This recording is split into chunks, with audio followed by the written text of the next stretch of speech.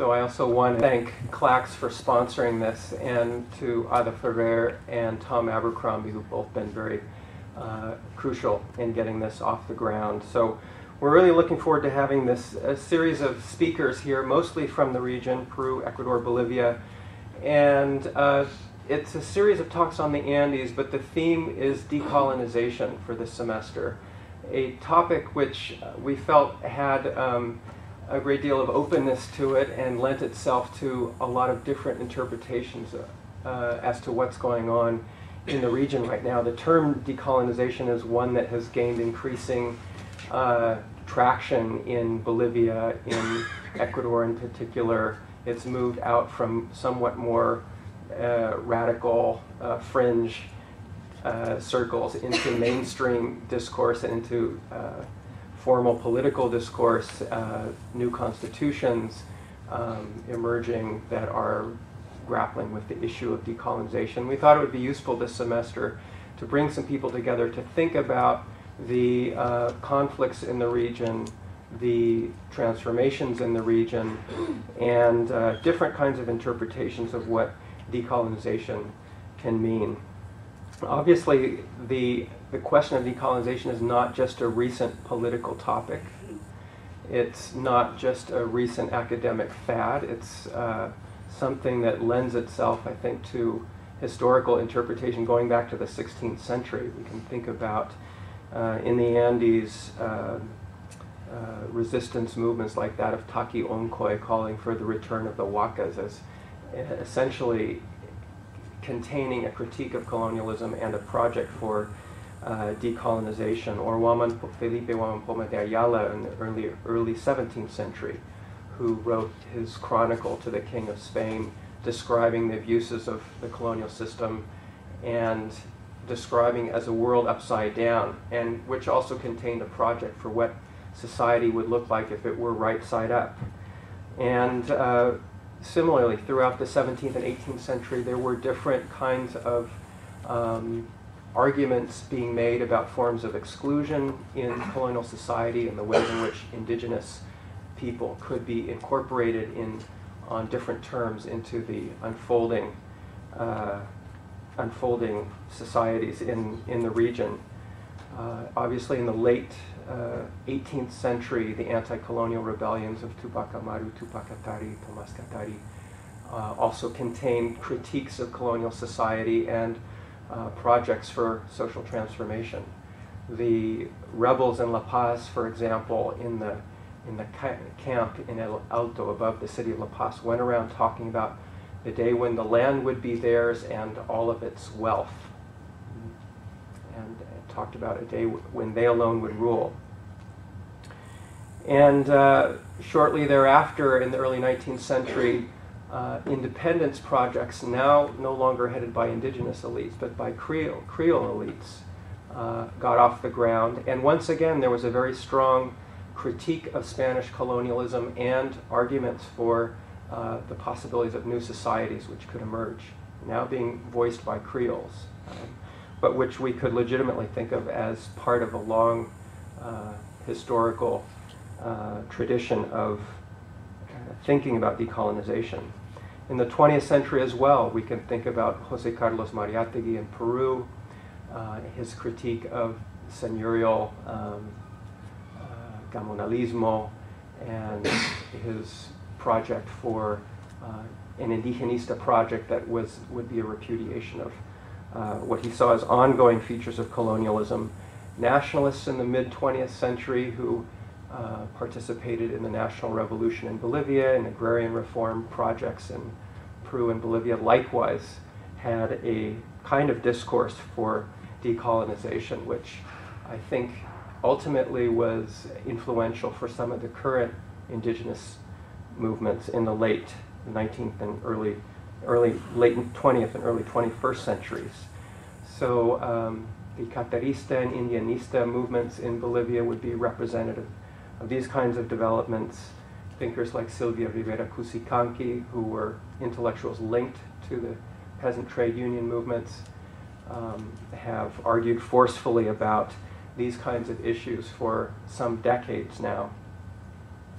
And then we come up to the present, and our speakers will be this semester, for the most part, referring to contemporary political and cultural issues, more than historical ones, but the historical questions will always be in the background this semester.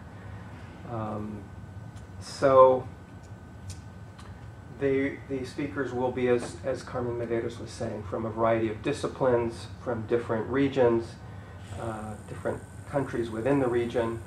But we'll start off tonight with Luis Tapia Meaya, whose topic is El Ciclo de Democratización Pluricultural en Bolivia. And most of our speakers will be speaking in Spanish, but I'd like to encourage everyone to raise questions or comments, and if you're more comfortable doing so, in English after the talk is done. This is a bilingual atmosphere, so feel free. And Luis speaks English pretty well and can respond in English or Spanish. We'll see how it unfolds. But just want to say a few words of introduction about Luis. I've actually known him for many years. In fact, I think I met him first in 1987. So a lot of water has gone under the bridge since then. But Luis is part of a generation that I think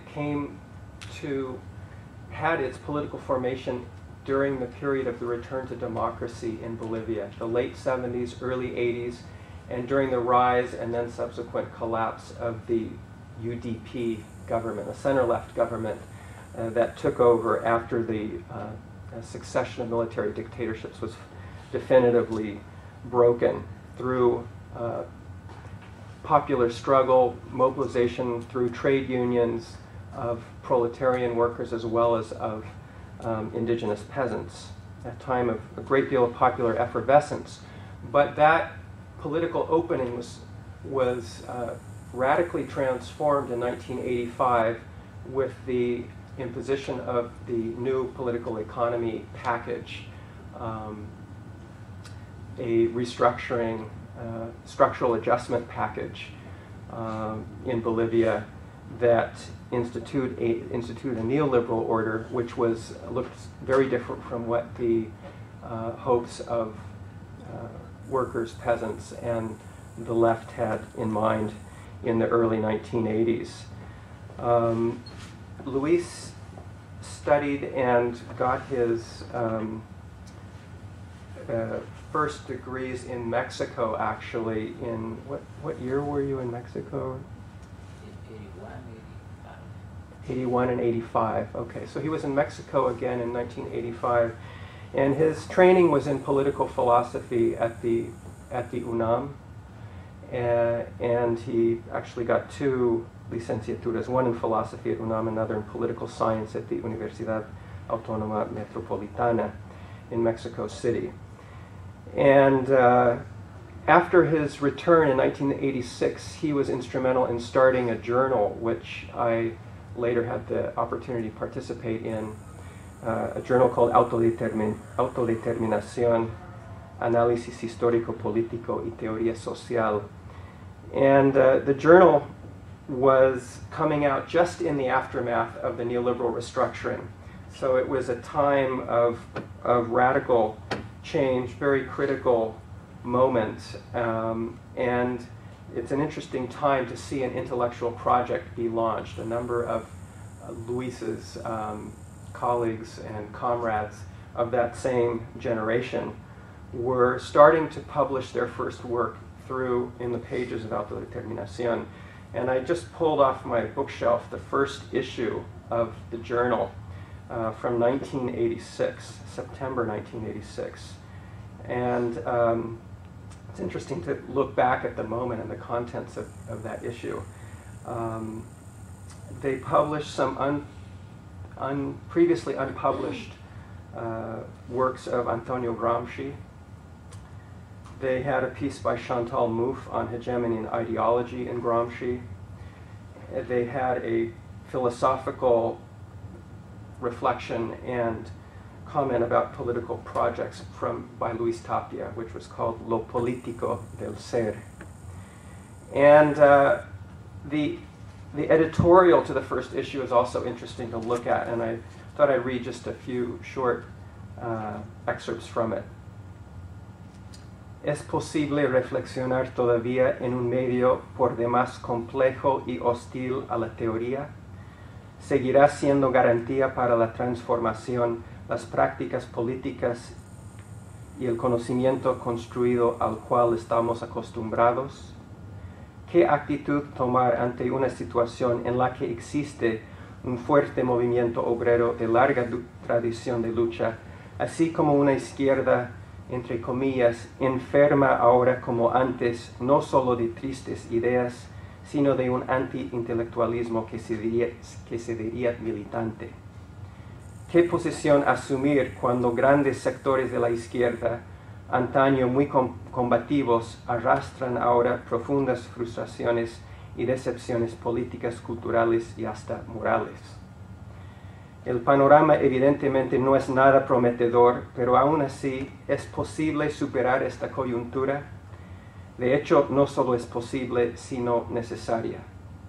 La pregunta que inmediatamente surge es, ¿cómo es posible superar esta coyuntura? O mejor, ¿cómo podemos construir caminos alternativos que nos conduzcan a la transformación de esta coyuntura crítica? Habría que anotar que una consideración crítica que apunte a la construcción de posibles vías no debería seguir el mismo camino de la izquierda hasta hoy, pero deberá tenerlos en cuenta. Es decir, deberá transformarse a sí misma para transformar y superar esta coyuntura. And it goes on to say, parece urgente reflexionar no solo en torno a nuestra realidad, sino en torno a la forma en la cual la conocemos y la intervenimos. Reflexión que exige una actitud profundamente crítica por lo crítica de la situación.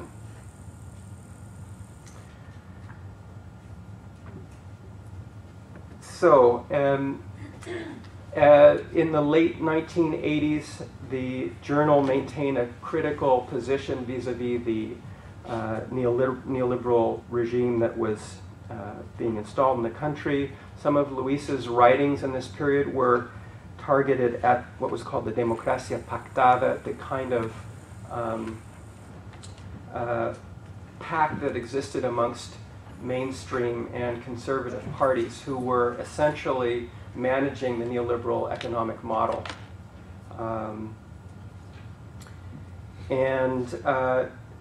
His work included also critiques of the modernization reforms of the early 1990s when Gonzalo Sanchez de Lozada came to power.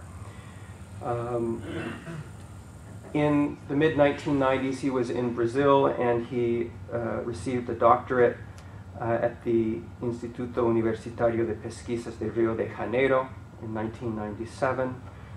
And what carrera were you in? In political science. Okay. Shortly after this, in 1997, he founded the Comuna Group, a group of political reflection that included the current vice president in Bolivia, Álvaro García Linera, Raúl Prada, and Raquel Gutiérrez. Raquel Gutiérrez had been a member of the same guerrilla organization that Álvaro García had belonged to. And who had been in prison in the mid-1990s. And they began publishing a stream of works commenting on Bolivian political and economic developments, critical of the system and increasingly engaged with some of the new social movements that were arising in the country.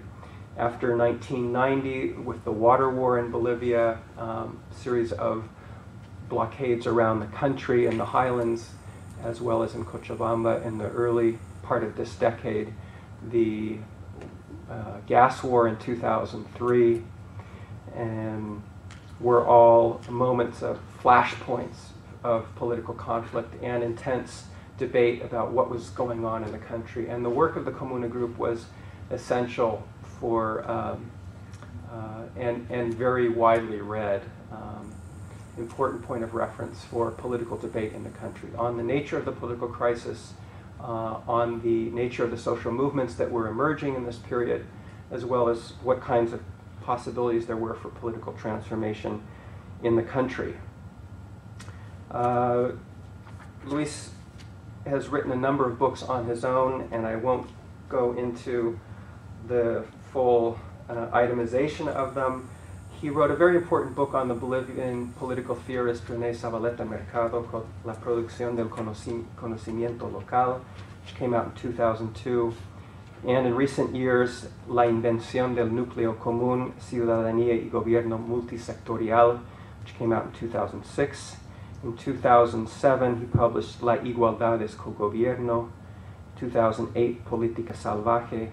2009, La Coyuntura de la Autonomía Relativa del Estado, and also in 2009, Pensando la Democracia Geopolíticamente. So it's interesting to look back on this overall trajectory from the mid-'80s until the present, some 20 going on 25 years of writing and reflection, and we've seen a remarkable cycle, political cycle, from the end of democracy to the collapse of center-left projects, the rise of the neoliberal regime, and now the emergence of new national popular projects, indigenous projects, who've put onto the agenda the issue of decolonization. So I think in some ways the project of autodeterminación originally has come around full cycle.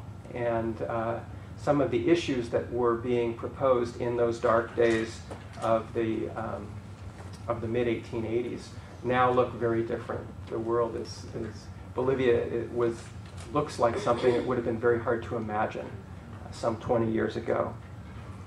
So that's the backdrop, intellectual and personal, for our talk tonight, and I'm very, very happy. I couldn't be more delighted than to have Luis Tapia with us here tonight and to inaugurate the series for us. So please welcome Luis Tapia.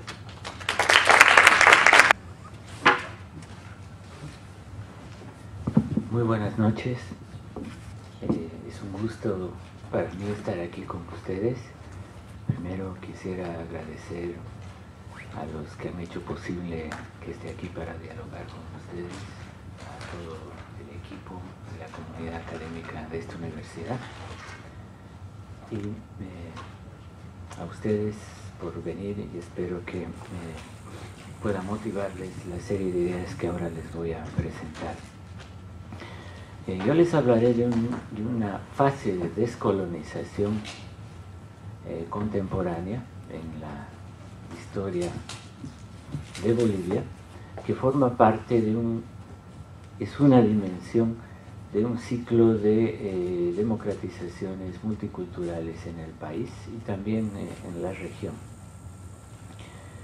Y esta fase de descolonización tiene que ver con lo que algunos en el país llaman el colonialismo interno, con enfrentar el colonialismo interno, no por primera vez, pero por primera vez con capacidad de producir mayores reformas y transformaciones al nivel del Estado, ya que, para ponerlo de manera un poco simple y gruesa, en anteriores ciclos de descolonización, por ejemplo, el de la fundación de las repúblicas en América Latina, donde se cambia la estructura estatal, se rompe el vínculo con España, pero se mantiene todo el orden social, no se cambia las relaciones de subordinación respecto de los diferentes pueblos y culturas que fueron conquistados. Eso tampoco se enfrenta en un otro gran segundo ciclo de descolonización que tiene que ver con la construcción de los estados-nación en América Latina y sobre todo con los procesos de nacionalización y de democratización que ocurren hacia mediados de los años 50, mediados del siglo XX, en algunos casos antes, después.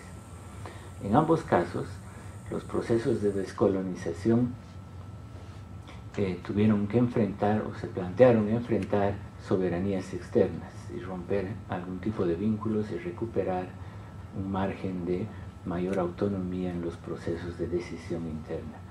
Pero no cuestionaron para nada lo que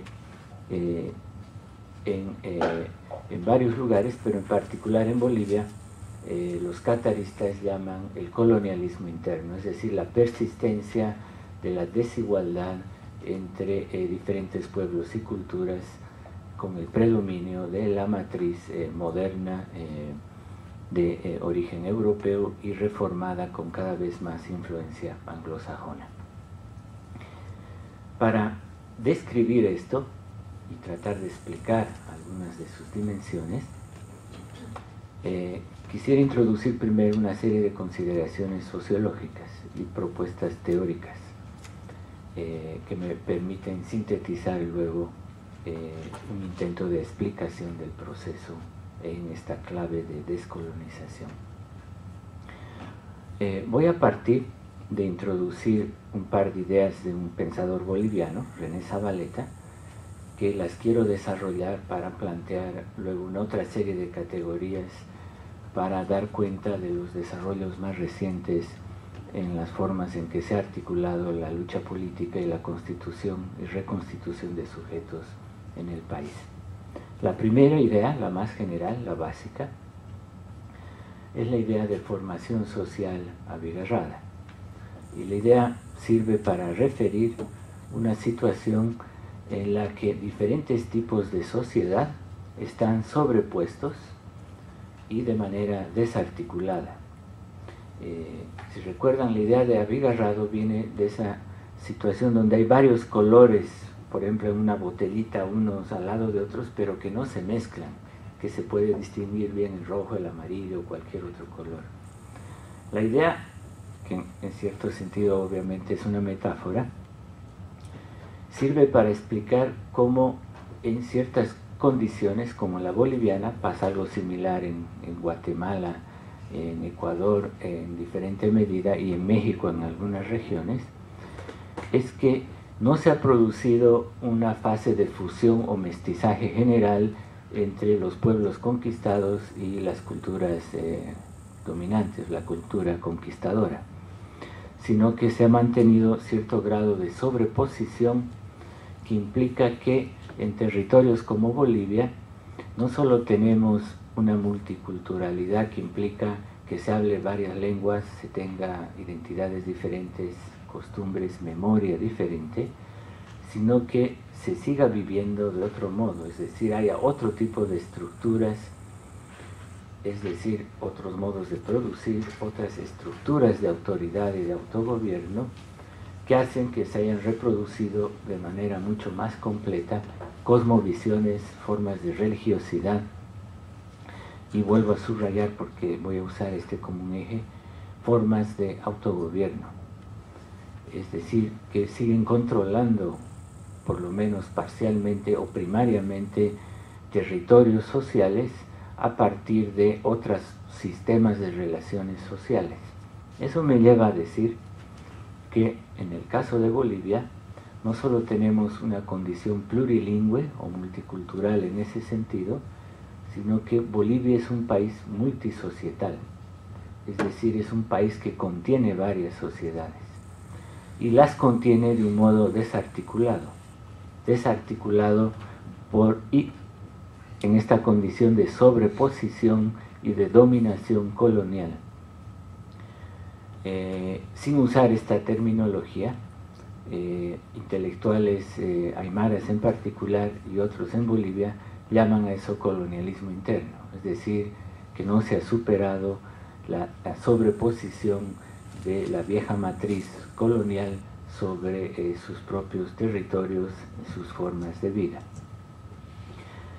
Sobre esta idea quiero introducir un otro conjunto de ideas para justamente explicar qué tipo de descolonización es el que se está procesando hoy en Bolivia. Empiezo con una otra idea, o continúo con una otra idea de René Zavaleta, y es la idea de forma primordial. Él sugirió la noción de forma primordial para pensar cómo en cada historia local se articulan Estado y sociedad civil. O sea, cómo se construye el poder desde dentro, cómo se articula a través de la organización de la cultura, la producción, las formas de gobierno y de mediación, cómo se construye en cada país esa articulación. Él usaba esa idea, sobre todo con un sentido geopolítico, porque la idea es de que cuando esa construcción está caracterizada por exclusión, distancia, discriminación, fuertes contradicciones internas, se tiene una forma primordial débil y por lo tanto susceptible de ser dirigida desde fuera, es decir, no puede soportar determinaciones externas o muy poco. En cambio, si esa articulación está bien hecha, a través de procesos de inclusión, participación, correspondencia significativa, se tiene una forma primordial vigorosa capaz de aguantar determinaciones externas, incluso emitir determinaciones hacia otros lados con cierto grado de soberanía importante. Él mismo pensaba que los tiempos de construcción de Estados-nación en América Latina, que tienen que ver con nacionalismo y populismo, habrían construido o reformado las formas primordiales latinoamericanas en un sentido de haber articulado una forma primordial más fuerte, aunque no totalmente. Bueno, quiero utilizar esta idea para ampliar la idea de la condición multisocietal, porque la distinción Estado-sociedad civil es una distinción moderna, es decir, algo que ha ocurrido en la configuración de la modernidad, es decir, allá donde se ha desarrollado capitalismo y se ha producido el estado de separación entre productores y propietarios bajo las modalidades que caracterizan al capitalismo, y es algo que no existe en el seno de estructuras sociales de tipo comunitario, es decir, no sirve para describir todo el ámbito de lo social en un país como Bolivia. Es por eso que yo creo que se puede ampliar la idea de forma primordial, porque me parece que tiene fuerza literaria, fuerza en términos de metáfora, pero también como proceso de conceptualización, puede servir para nombrar varias líneas de articulación. Una sería la original mencionada, Estado-sociedad civil, que en el caso de Bolivia solo corresponde a algunos territorios donde hay ese tipo de diferenciación, o sea, sectores más modernos y urbanos, ¿no? También creo que puede servir, y necesitamos incluir, la relación entre las diferentes formas sociales y de autogobierno que existen en una condición multisocietal. Dicho de otro modo, el cómo se relacionan los diferentes tipos de sociedad dentro de un mismo país. Considerando que las otras formas de sociedad que existen en Bolivia no contienen la distinción Estado-sociedad civil. Y una tercera dimensión que quiero introducir es que creo que la noción de forma primordial también puede servir para pensar el modo en que el proceso de producción de un orden social y el proceso de su reproducción se relaciona con la naturaleza. Porque una de las hipótesis que voy a tratar de articular a lo largo de mis argumentos es de que la primera relación geopolítica tiene que ver con el cómo se construye un orden social a través del modo en que se relaciona en el proceso de transformación de la naturaleza para producir las condiciones de la vida social bajo determinado tipo de cultura y de orden. Es decir, que la primera producción social del espacio es también una dimensión geopolítica. Antes de ser una dimensión de relación con otros estados, la primera dimensión geopolítica tiene que ver con cómo un orden social se produce en relación con la naturaleza, es decir, en la producción del espacio sobre el cual se construye un tipo de vida. Y eso es importante porque el tipo de diversidad que existe en Bolivia hoy se dice que existen 36 diferentes pueblos, lenguas y culturas. Una parte importante de ellas, sobre todo quechuas y aymaras, que son las mayorías, alrededor del 28 y el 32-34% de la población cada uno, son pueblos agrarios que en su modo de vincularse con la naturaleza están guiados por concepciones cíclicas del tiempo y están orientados a reponer las condiciones naturales también y sociales de la vida social, más que a inducir un proceso de transformación parecido como ocurre en el caso del capitalismo.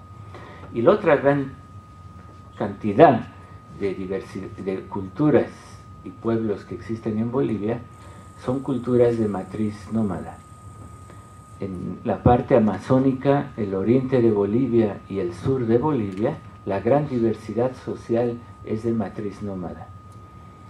Guaraníes y pueblos más similares a los guaraníes, que son pequeños, algunos se han sedentarizado en diferentes momentos de colonización y a veces vuelven temporalmente a su condición nómada, pero eso implica que el grado de diversidad cultural existente en Bolivia por lo menos contiene 3 tipos de civilización. Una civilización de tipo moderna, más o menos moderna, allá donde hay capitalismo y sus márgenes de irradiación. Hay una civilización de tipo agrario, que básicamente está desplegada en la zona de los altiplanos y valles centrales de Bolivia. Y todavía hay, en formas ya más penetradas o interpenetradas, un conjunto de culturas de origen nómada, que no contienen ideas de, por ejemplo, división entre lo político, lo social y lo económico, y además no contienen ideas de propiedad privada, además del espacio y de la tierra. Es por eso que mencionaba que es importante el modo de vincularse con la naturaleza, porque eso influye también en el modo en que intervienen en la política. Bueno, una vez mencionado o introducida esta idea, el primer vínculo que podría establecer es de que lo que se está viviendo en Bolivia en los últimos años, que voy a tratar de describir sintetizándolo en fases y una descripción de las fuerzas que se han desplegado, tiene que ver con enfrentar la democratización entre diferentes pueblos y culturas. Y aquí podríamos decir que en Bolivia ahora estamos en algo así como una tercera o cuarta fase de democratización que tiene que enfrentar este tema, pensando que lo que hemos experimentado antes, por lo general ha sido la introducción de la democracia como forma representativa de competencia electoral, y que eso se ha dado durante varias fases en la historia boliviana, y que en el caso de Bolivia la democratización no es suficiente si solo implica otorgar el voto a todos, hacer que eso sea efectivo y permita elegir autoridades y renovarlas, sino introducir igualdad entre diferentes pueblos y culturas, y en particular entre sus diferentes formas de autogobierno. A esto quiero recordar un antecedente que aparece en la historia de Bolivia y creo que se reproduce, aunque cambie un poco el modo de nombrarlo, y es la experiencia del cogobierno. En la historia de Bolivia, uno de los momentos importantes de democratización fue la revolución de 1952, y una de las facetas de esa revolución fue lo que se llamó cogobierno, es decir, el hecho de que representantes de la Central Obrera Boliviana eran parte del poder ejecutivo. 4 de los ministros del gabinete eran representantes de la Central Obrera. Y a la vez eso se acompañó por cogestión, es decir, también participaban en la administración de las empresas nacionalizadas, en la explotación de las minas. Esa experiencia de cogobierno es importante porque muestra también las formas de mestizaje o de combinación política en el país en torno a las ideas de democracia y a las prácticas que éstas inducen. La idea de cogobierno, creo yo, es una combinación de algunas ideas de matriz comunitaria, que implica de que para mucha gente en Bolivia, democracia no implica votar o elegir representantes en primera instancia, sino participar en la toma de decisiones. Es decir, estar presente en la toma de decisiones. Si no es siempre uno personalmente, los representantes de la clase o del sector. En ese sentido, esta configuración del cogobierno era una combinación de el origen comunitario de la mayor parte del proletariado minero en Bolivia de la época, con ideas modernas, ¿no? De participar en la política vía sindical, y en el caso de Bolivia los sindicatos han sido siempre más fuertes que los partidos, hasta muy recientemente, y creo que hasta hoy también se reproduce, y participar en la construcción de algo moderno, que es un Estado-nación, pero de un modo no liberal ni meramente representativo. Eso se ha reproducido en la historia de Bolivia. No voy a hablar de todas, solo menciono para más bien concentrarme en los últimos años. En la década de los 60 se articuló una otra experiencia que se llamó la de la Asamblea Popular, que se configura por un tiempo un gobierno de izquierda dirigido por un militar, pero apoyado en organizaciones obreras y partidos de izquierda que arman un parlamento paralelo de sindicatos y partidos que justamente pretendían cogobernar con el ejecutivo que estaba compuesto por un liderazgo militar. Ese tipo de idea, que no duró mucho porque vino una reacción que impuso una dictadura militar en el país, se ha reproducido varias veces en el país, y creo que una de sus principales reproducciones, para transitar a lo más reciente, es la idea de una asamblea constituyente y un Estado plurinacional. En el sentido de que se amplía el horizonte, ya no solo la discusión sobre cómo gobernar entre obreros y partidos, sino cómo cogobernar entre diferentes pueblos y culturas. Y con eso tiene que ver justamente el proceso de descolonización y de democratización que se está desplegando en Bolivia en los últimos tiempos. Y para eso, entonces, quiero pasar a describir un poco las fuerzas que lo han producido. Ya que un proceso de descolonización implica que los sujetos que eran parte de relaciones de dominación se transforman a sí mismos, y así también transforman las relaciones de dominación, las formas estatales, las estructuras políticas. Y eso es lo que ha venido ocurriendo por varias vías en Bolivia en los últimos tiempos. Y aquí introduzco una otra serie de categorías. Primero, la noción de subsuelo político. En esa condición multisocietal, de sobreposición de varios tipos de sociedad, implicaba que, por un lado, las instituciones políticas del Estado, cuando contuvieron estructuras de representación, partidos, elecciones y algunas otras formas de mediación, excluían en términos de reconocimiento y de articulación a las formas de vida política de los otros pueblos y culturas, que sin embargo existían y eran el principal espacio de participación política para, sobre todo, miembros de las culturas subalternas.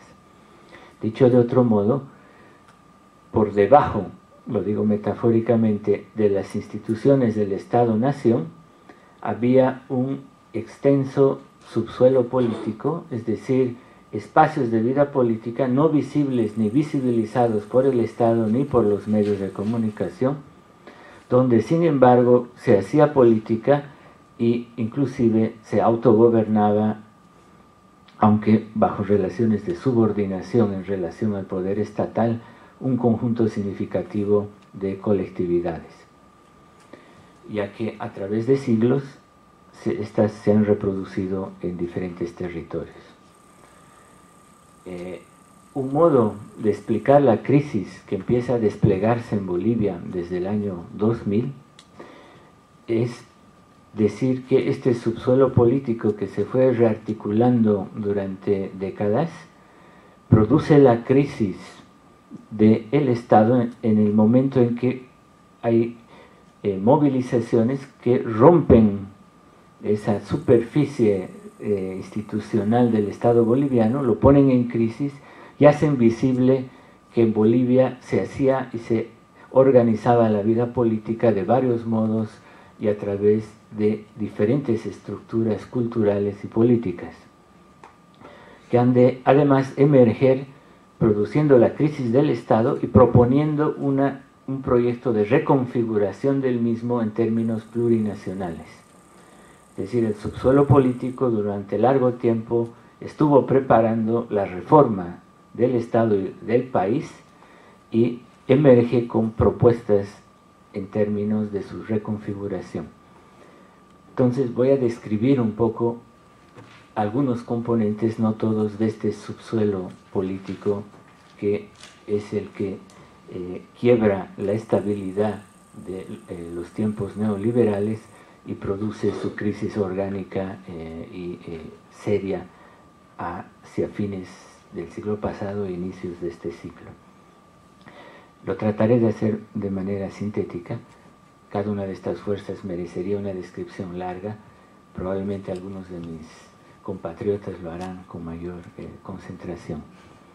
Una de ellas tiene que ver con algo que tal vez sea lo más novedoso en el país y que es la configuración o el proceso de constitución como sujetos políticos de los varios pueblos que habitan lo que en Bolivia llamamos tierras bajas, es decir, Amazonía, Chaco y Oriente.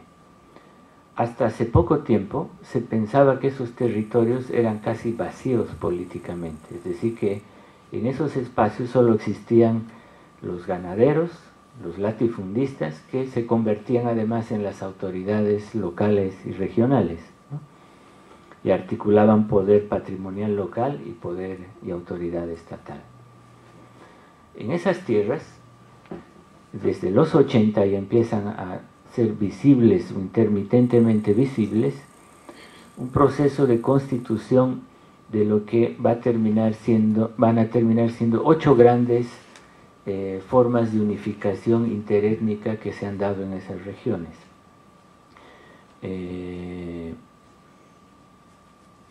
Que por lo general se llaman asambleas del pueblo guaraní o asamblea del pueblo, hay varios, son más de 30, y eso ha implicado un triple proceso de unificación por el tipo de matriz cultural que tienen. Son pueblos que no habitan de manera continua el territorio, están dispersos en el espacio y algunos todavía moviéndose. Eso implica que ha habido un proceso de unificación entre las diferentes colectividades que forman parte de la misma cultura. Luego se han unificado entre varios pueblos que viven en el mismo territorio pero son de diferente cultura. Y luego han generado la unificación de todos ellos en lo que por un tiempo se llamó la Central Indígena de Pueblos del Oriente de Bolivia, CIDOP, que luego se dividió por motivos ideológico-políticos. Hubo un triple proceso de unificación que hizo aparecer en pocos años una red bastante extensa de organización indígena en todos esos espacios que previamente eran concebidos como casi vacíos políticamente, es decir, como territorios de dominio patrimonial en sentido estricto. Y fueron ellos los que por primera vez en el año 90 formulan la demanda de una asamblea constituyente. Es decir, viene de los pueblos minoritarios en su proceso de unificación y de demanda de reforma del Estado en un sentido más inclusivo y democrático, donde surge por primera vez la idea de reformar el Estado boliviano en su conjunto, es decir, de los sectores más excluidos y desconocidos en la historia del país.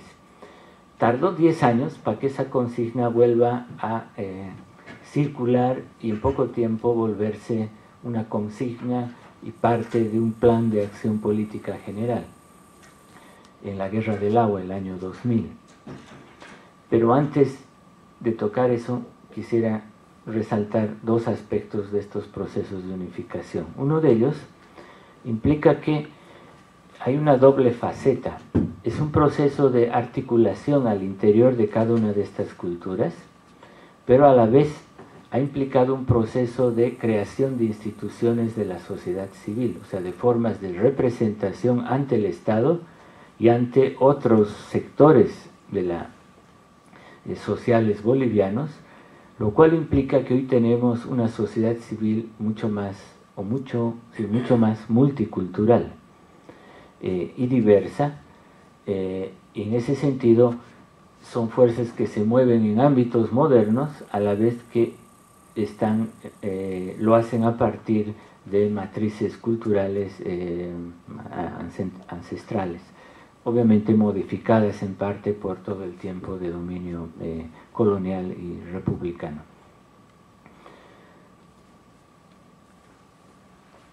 El otro tipo de fuerza que se ha desplegado en el país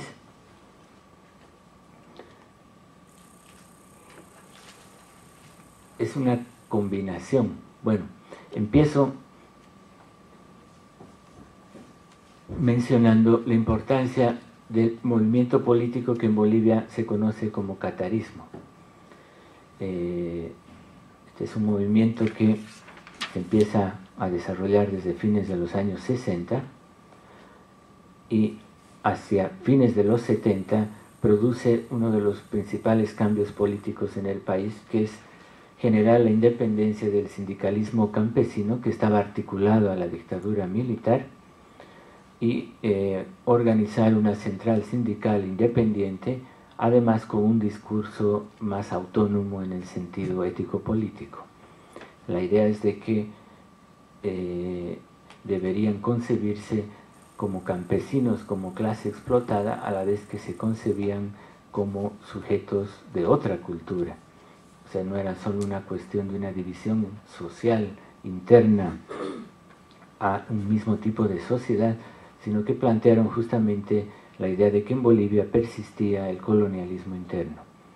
En poco tiempo generaron sus propios partidos, hacia fines de los 70, y entraron al Parlamento como minorías, pero probablemente el principal efecto del catarismo es haber generado en Bolivia una reforma moral e intelectual, es decir, un cambio en el sentido común. Hoy en Bolivia incluso sectores conservadores ya usan en el lenguaje cotidiano o aceptan y usan la idea de que Bolivia es un país multicultural, incluso plurinacional, ¿no? O por lo menos plurilingüe, o de que está compuesto por diferentes pueblos y culturas, y que además varios son mayoría, ¿no? No solo es una cuestión de minorías no integradas. Eso tuvo sus efectos en el ciclo de reformas liberales de las cuales habló Sinclair antes, que tuvieron su lado de reconocimiento multicultural en ámbitos secundarios, y de la matriz catarista y del sindicalismo campesino han surgido las organizaciones que son las causantes de los principales cambios políticos en el país hoy. Por un lado, del sindicalismo campesino,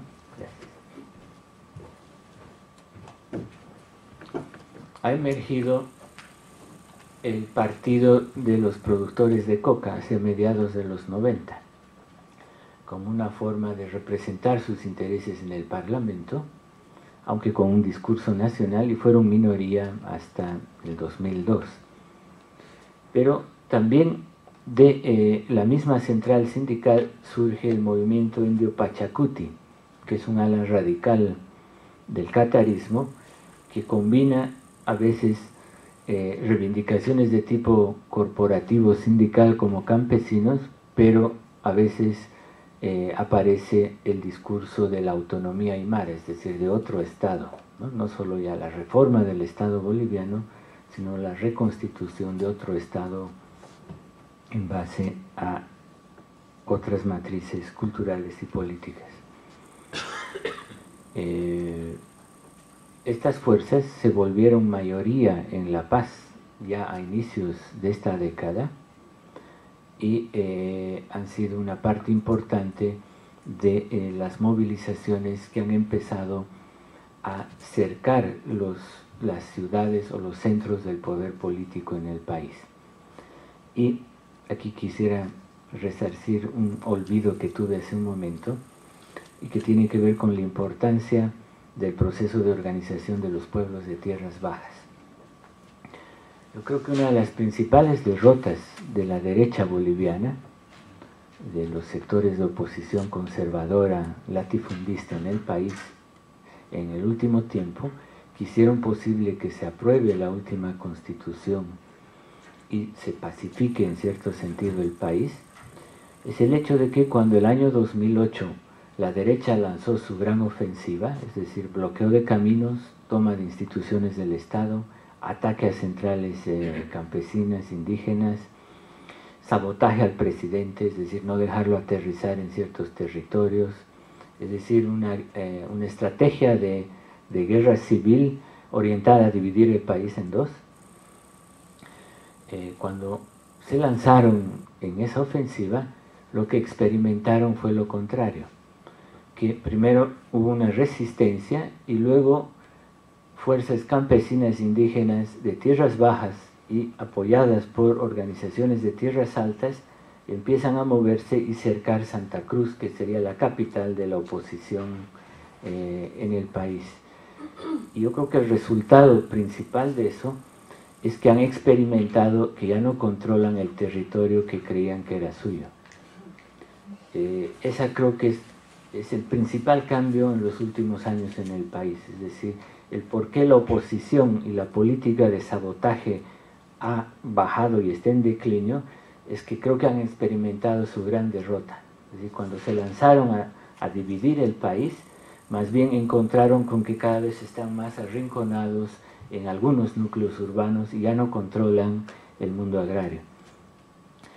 Y eso es producto de los procesos de organización que les estaba mencionando previamente, ¿no? O sea, es producto de no solo los años recientes, sino de largas décadas de organización. Cosas similares ocurrieron en el altiplano, pero por cuestiones de síntesis quisiera más bien proponerles algunas ideas que articulen esto. Y la propuesta es pensar que este ciclo de movilizaciones que se desplegó en Bolivia desde el año 2000, preparado desde hace varias décadas, es una articulación de varias cosas. Por un lado, es una articulación de algo que yo llamaría estructuras de rebelión, y que en el caso de Bolivia existen de varios modos.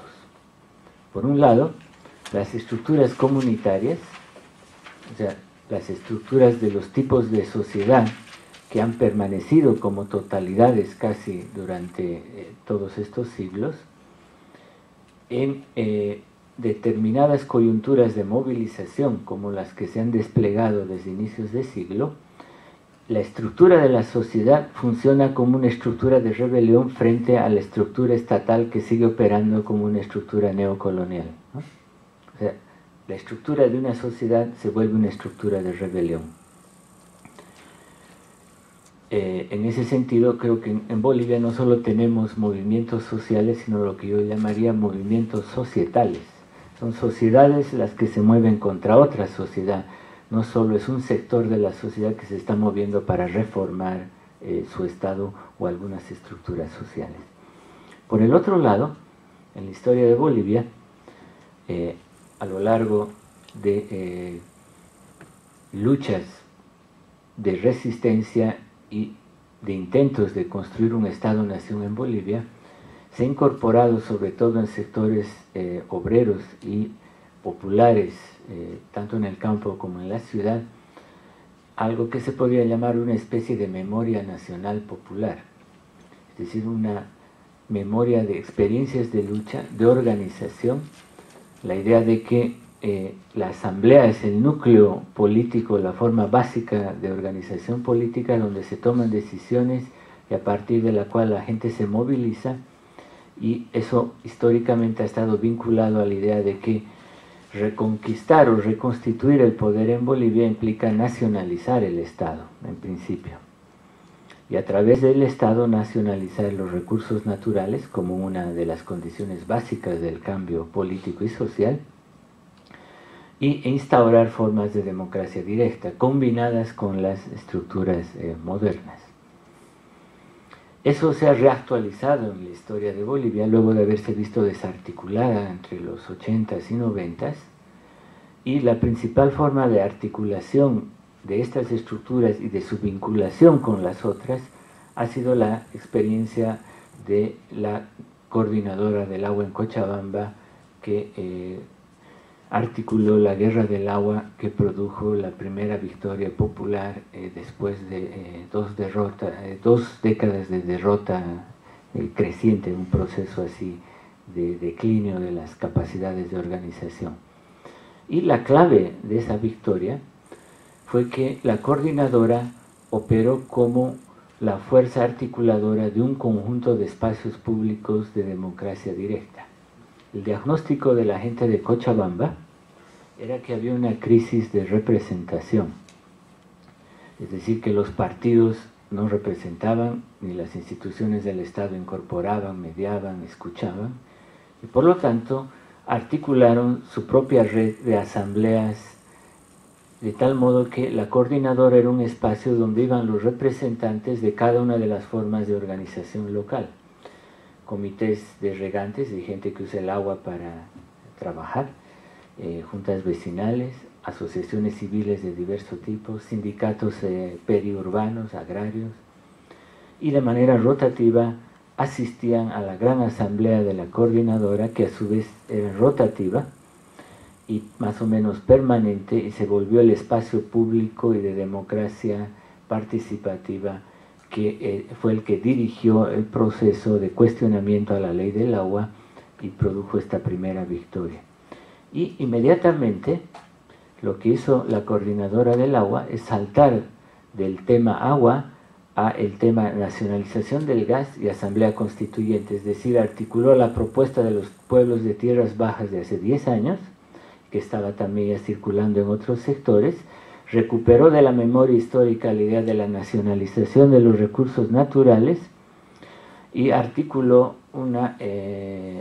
o propició una articulación, por lo menos de un programa común, en un contexto en el que cada una de las fuerzas, solo he mencionado algunas, estaba moviéndose por su cuenta, ¿no?, sin dirección general.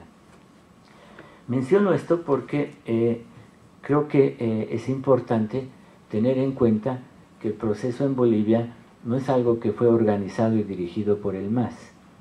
El MAS era una fuerza más en el país, importante, pero que fue la que permitió canalizar las crisis institucionales que produjo la movilización de este subsuelo político y produjo cambios a nivel de las instituciones, sobre todo cambios de presidentes y luego cambios electorales, canalizando por la vía institucional y representativa salidas a la crisis.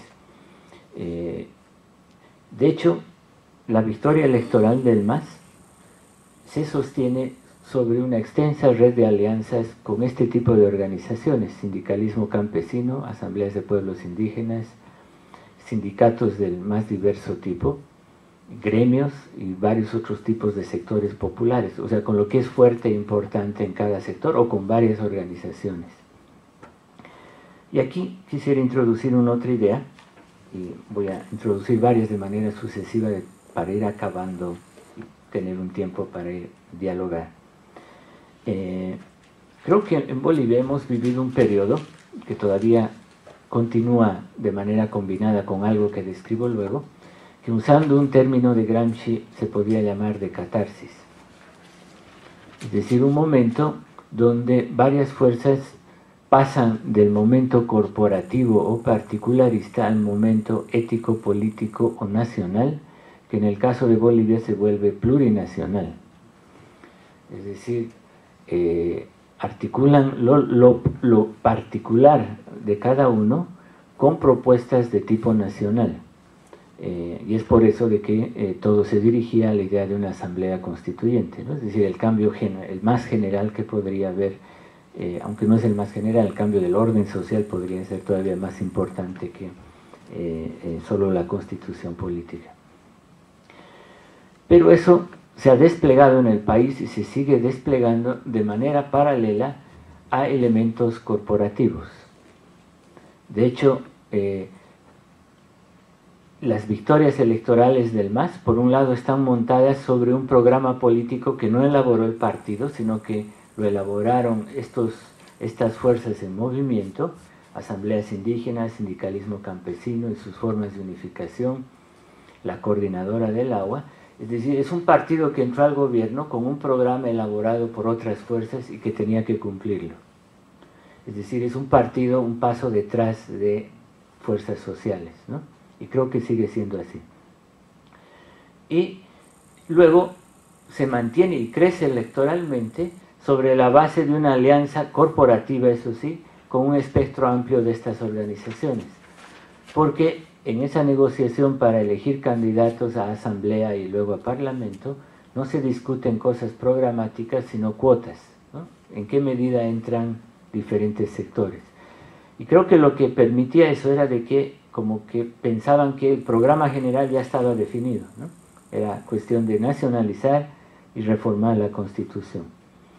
Pero creo que hoy en Bolivia, desde atrás hasta hoy, se despliegan dos cosas a la vez.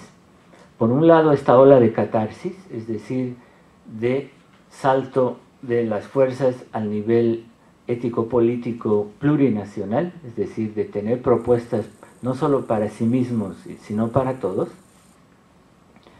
Pero a la par se van desplegando fuerzas corporativas que aprovechan eso para negociar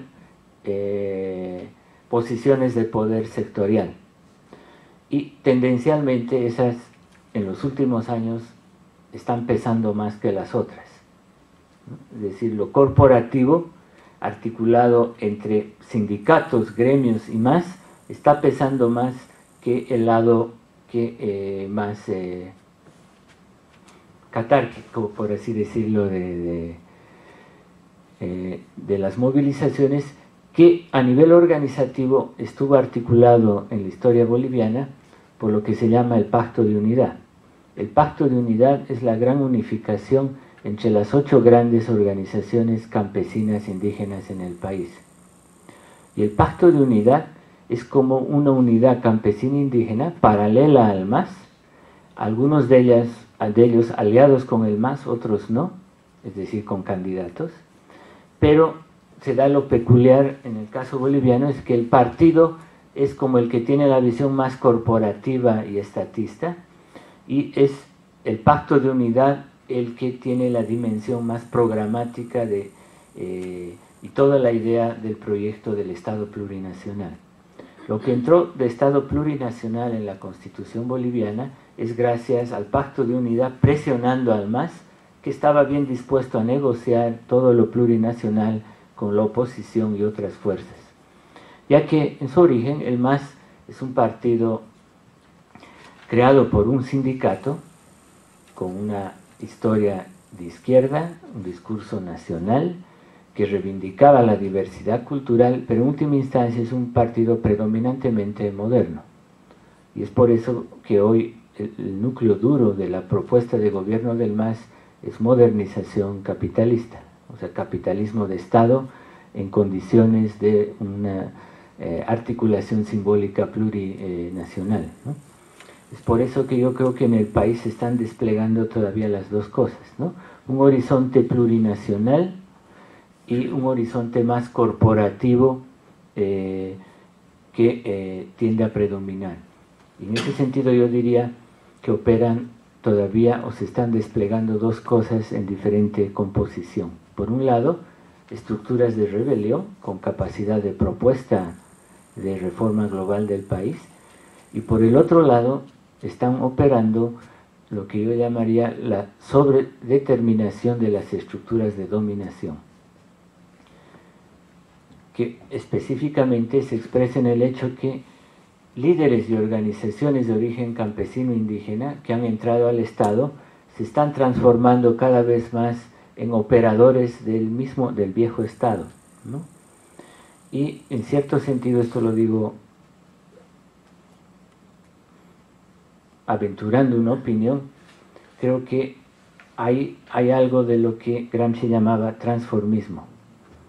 De intelectuales orgánicos de sectores campesinos indígenas, que en algún momento eran voz del proyecto plurinacional, sin dejar de mencionarlo, cada vez más se están volviendo intelectuales orgánicos de una nueva fase de modernización capitalista en el país. O sea, lo peculiar es de que no es un grupo con dirección burguesa que está cooptando líderes, sino cuando estos son mayoría, se están transformando a sí mismos en los dirigentes de una nueva fase de modernización capitalista en el país, con un significativo grado de reconocimiento multicultural, eso sí, ya que ha habido dos cambios importantes en el país, entre otros. Uno de ellos es el hecho de que han cambiado los sujetos que gobiernan el país. Probablemente ese es el más fuerte, el más evidente e inmediato.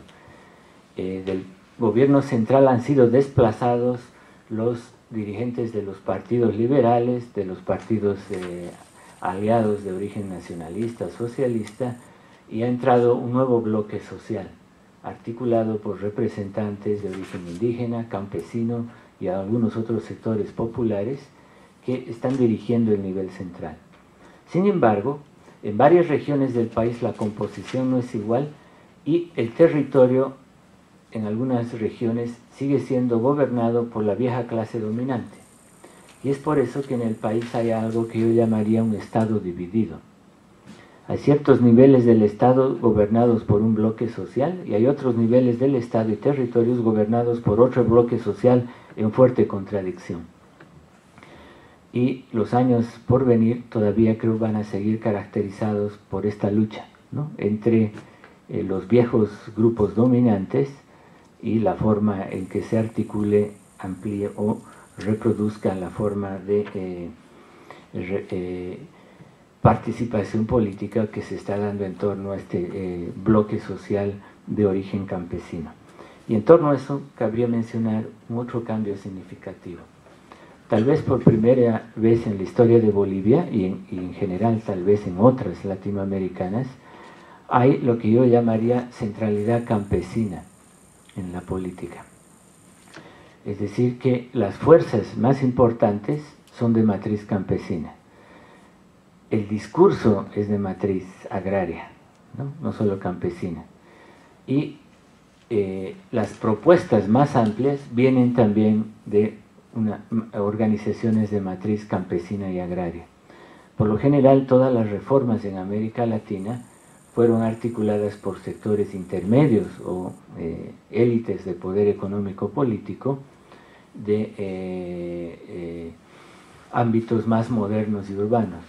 En Bolivia eso ha cambiado y es una onda más o menos larga, es decir, las alternativas de renovación social en el país han venido del mundo agrario, ¿no? O sea, hay una centralidad campesina, por lo menos en la capacidad de organización, de propuesta y de reforma.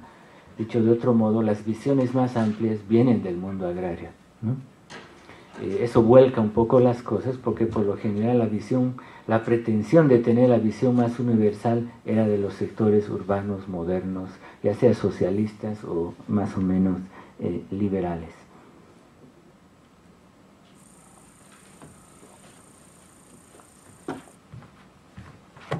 Acabaré comentando un par de ideas. Yo creo que si hay un momento en que se hace política más allá de las instituciones, inclusive de las estructuras de rebelión, porque ponen en cuestionamiento a sus propias autoridades, es decir, hay un proceso de reforma de la vida en el seno de las mismas organizaciones que se están movilizando, o se crean otras, o hay acción más allá de cualquier forma de organización. Y esos momentos son importantes porque esos son los que producen la crisis, son los que disuelven lo anterior, y luego la gente trata de recomponer las cosas o de llevar de nuevo a cierto tipo de orden, aunque sea, en este caso boliviano, dando un salto en el horizonte plurinacional. Pero hemos vivido varios años en que estas estructuras de rebelión han encontrado momentos de fusión, es decir, se han encontrado fuerzas campesinas e indígenas de tierras altas con tierras bajas, con movimientos antiprivatización que más bien tienen una memoria y un origen nacional popular, y en esos momentos de fusión que no estuvieron programados, creo que hemos vivido momentos de política salvaje que son los que han instaurado la crisis en el Estado boliviano y han instaurado la fluidez, es decir, la posibilidad de sustituir las cosas. Ahora, sobre ese momento de fluidez luego se van reorganizando algunas de las condiciones, y una de las cosas que ha permitido tanto que haya reforma, pero como también reconstitución, es el hecho de que varias de las fuerzas que se han rebelado también han incorporado ya durante los últimos años instituciones liberales y modernas en sus prácticas, de manera bien breve. En el caso boliviano, lo que hay de democracia representativa no ha sido demandado, construido ni desarrollado por sectores liberales, ni por sectores de burguesía, ni empresarios, ni los sectores más modernos, por así decir, sino que ha sido demandada, defendida y desarrollada en principio por sectores obreros, pero luego por campesinos e indígenas. Dicho de otro modo, lo que hay de democracia representativa en Bolivia se debe también a campesinos e indígenas.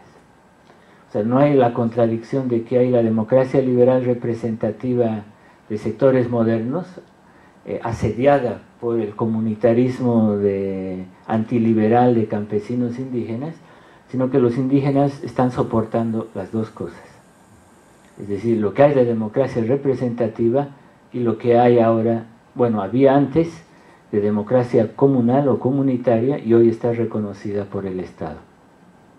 En ese sentido, el artículo 2 de la Constitución boliviana probablemente sea el más radical, ya que reconoce todas las formas de autogobierno de todas las culturas en el país. Creo que eso no hay en otras constituciones. Eso implica negarse como Estado en cierto sentido, es decir, que no hay monopolio de la política, ¿no? Aunque avanzando en la Constitución, en el diseño ya del Poder Ejecutivo, Legislativo, se va reconstituyendo otra vez cierta jerarquía o mayor presencia de las viejas instituciones, pero la Constitución, por lo menos en principio, contiene ya la idea de que en Bolivia no solo hay una forma de hacer vida política, en términos de reconocimiento jurídico y en condiciones de igualdad, y es por eso de que yo creo que muchos de los sectores que se han articulado en torno al Pacto de Unidad y que no estaban totalmente satisfechos con la nueva Constitución de Bolivia, la ven como una fase de un proceso de descolonización a más largo plazo. Y ahora sí termino diciendo dos cosas. Uno de los principales modos en que se ha concretado el Estado plurinacional en Bolivia son las llamadas autonomías indígenas, es decir, reconocimiento de territorio, cultura, lengua, religiosidad y autogobierno dentro de determinados territorios. que sin embargo estén dentro de la antigua división provincial o departamental del país. El problema es de que esos territorios quedan cortados si es que se los piensa dentro de la división departamental de origen colonial, ¿no? Pero muchos movimientos indígenas han aceptado eso, para decir sería un punto de partida para reunificar sus territorios en el mediano y largo plazo, más allá de los actuales límites reconocidos por la Constitución, ¿no? O sea, lo verían como un paso, no como el fin o la forma ya desarrollada del Estado plurinacional, y eso implica que el proceso de reforma sigue en curso, ¿no? Igual al nivel político. Las formas de autogobierno se han reconocido, pero al nivel local, al nivel de la autonomía, y queda pendiente en introducirlas con más fuerza en el nivel central, es decir, lograr mayor igualdad en la forma en que se toman las decisiones y se hacen las leyes para todo el país. En ese sentido, cabría ver el hecho o el proceso de reformas constitucionales en Bolivia como un momento de este proceso de descolonización, y que es la faceta más institucional de las reformas que están producidas, debido al hecho de que las fuerzas que lo han hecho posible también han penetrado las instituciones modernas liberales y están procesando los cambios también a ese nivel. Es por eso que la derrota para los sectores antiguamente dominantes es más fuerte, han perdido en su terreno, es decir, han perdido elecciones a través de competencia de partidos, y eso parece ser por lo menos una onda de mediano plazo, ¿no? Eso implica que estas facetas de descolonización se están haciendo en el seno de y utilizando instituciones de la vieja cultura dominante, pero a partir de fuerzas que se han articulado como estructuras de rebelión desde fuera de ese tipo de orden social y político. Y es esa condición de exterioridad, creo, de estas fuerzas, la que ha hecho posible el tipo de reforma multicultural en el país, y creo que puede hacer posible la radicalización de la misma en tiempos por venir. Bueno, yo me quedo ahí para que podamos tener un momento de diálogo. Gracias por su atención. Si hay un momento en que se hace política más allá de las instituciones, inclusive de las estructuras de rebelión, porque ponen en cuestionamiento a sus propias autoridades, es decir, hay un proceso de reforma de la vida en el seno de las mismas organizaciones que se están movilizando, o se crean otras, o hay acción más allá de cualquier forma de organización. Y esos momentos son importantes porque esos son los que producen la crisis, son los que disuelven lo anterior, y luego la gente trata de recomponer las cosas o de llevar de nuevo a cierto tipo de orden, aunque sea, en este caso boliviano, dando un salto en el horizonte plurinacional. Pero hemos vivido varios años en que estas estructuras de rebelión han encontrado momentos de fusión, es decir, se han encontrado fuerzas campesinas e indígenas de tierras altas con tierras bajas, con movimientos antiprivatización que más bien tienen una memoria y un origen nacional popular, y en esos momentos de fusión que no estuvieron programados, creo que hemos vivido momentos de política salvaje que son los que han instaurado la crisis en el Estado boliviano y han instaurado la fluidez, es decir, la posibilidad de sustituir las cosas. Ahora, sobre ese momento de fluidez luego se van reorganizando algunas de las condiciones, y una de las cosas que ha permitido tanto que haya reforma, pero como también reconstitución, es el hecho de que varias de las fuerzas que se han rebelado también han incorporado ya durante los últimos años instituciones liberales y modernas en sus prácticas, de manera bien breve. En el caso boliviano, lo que hay de democracia representativa no ha sido demandado, construido ni desarrollado por sectores liberales, ni por sectores de burguesía, ni empresarios, ni los sectores más modernos, por así decir, sino que ha sido demandada, defendida y desarrollada en principio por sectores obreros, pero luego por campesinos e indígenas. Dicho de otro modo, lo que hay de democracia representativa en Bolivia se debe también a campesinos e indígenas.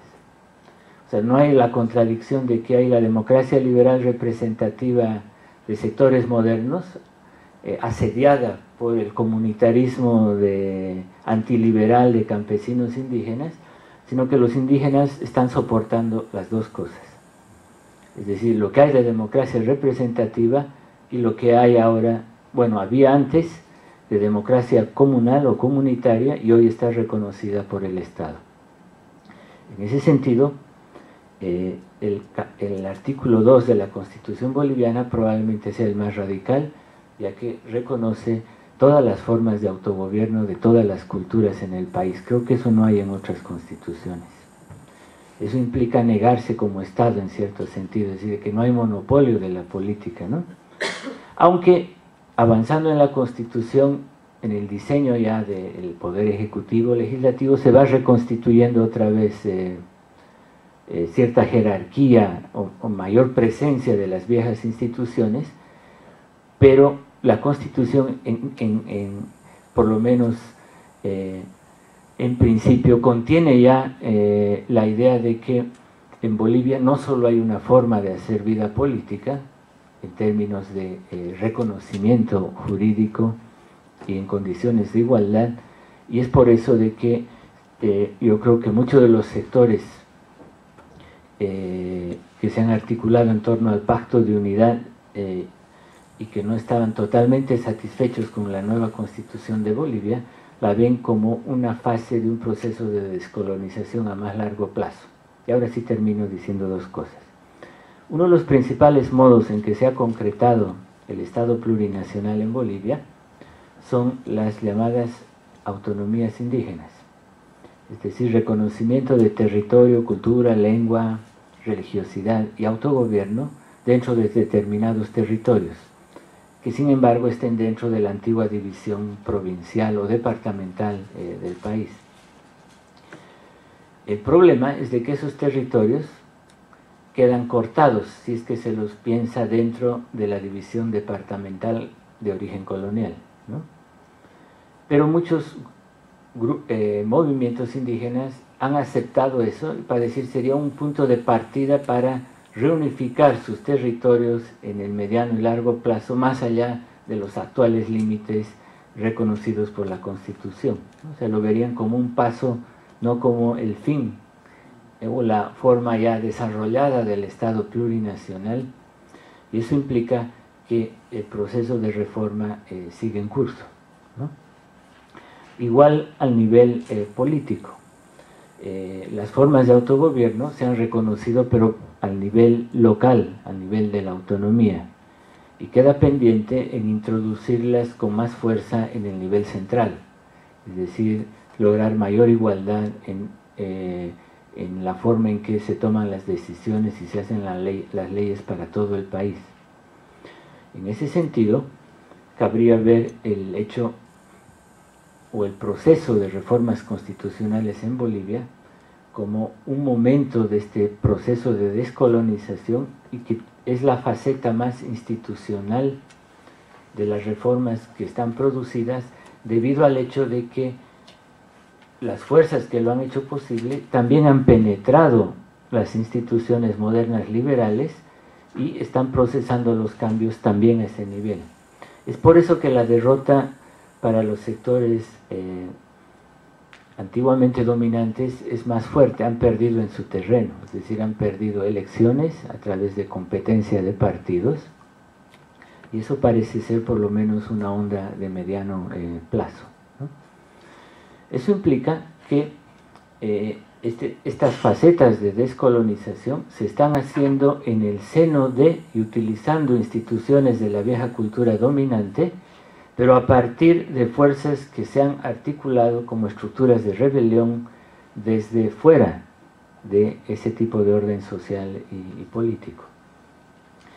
Y es esa condición de exterioridad, creo, de estas fuerzas, la que ha hecho posible el tipo de reforma multicultural en el país, y creo que puede hacer posible la radicalización de la misma en tiempos por venir. Bueno, yo me quedo ahí para que podamos tener un momento de diálogo. Gracias por su atención.